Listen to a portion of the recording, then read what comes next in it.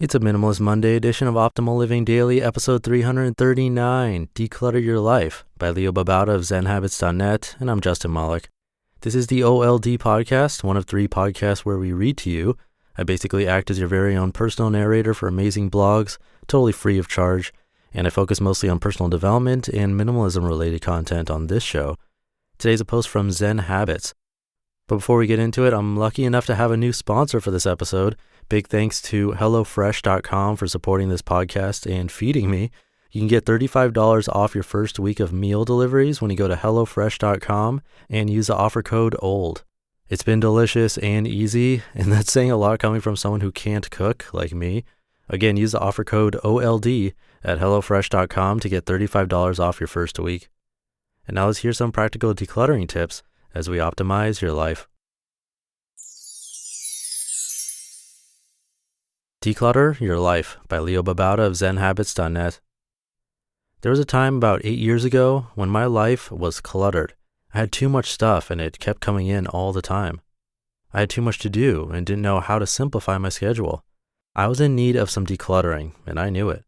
When I started to change my habits from smoking to running to being more mindful, simplifying my life was near the top of the list.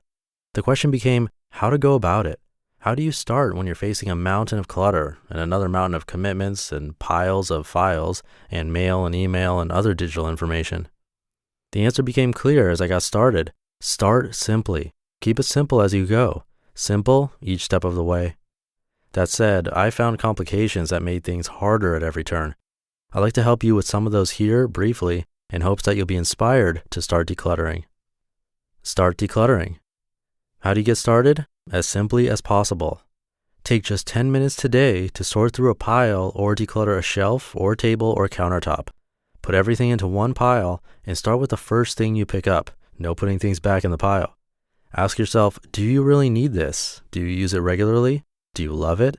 If the answer to any of these is no, then recycle, donate, or give it to someone who might want it. Put it in a box for these purposes. Put things back that you need or use or love with space between things. This is their home and you should always put them back there. Stop after 10 minutes, continue tomorrow for another 10 minutes, and so on, one small spot in your home at a time. If you want to do more than 10 minutes, go ahead, but be careful not to overdo it in the beginning or you'll think it's difficult and not want to continue. Keep going. Once you've gotten the ball rolling, here's how to keep going.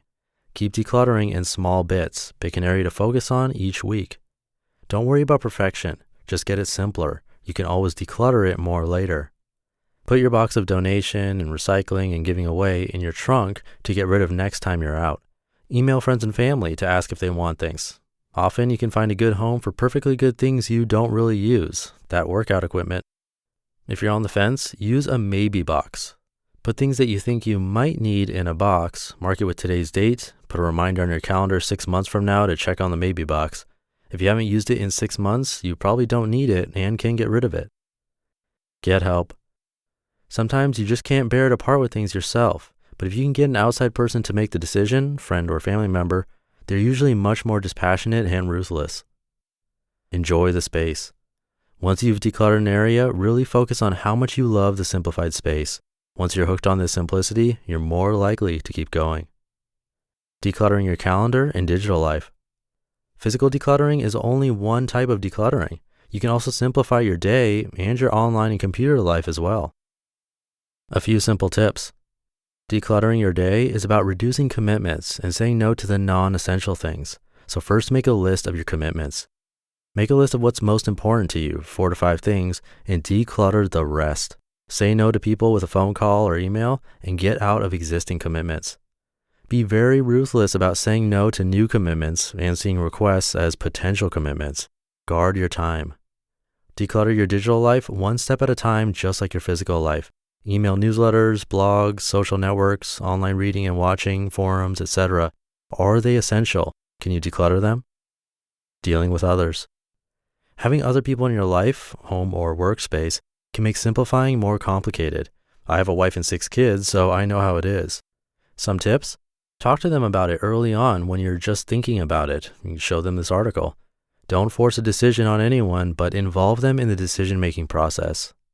Focus on the benefits, the why, rather than what they need to do and why what they're doing is wrong.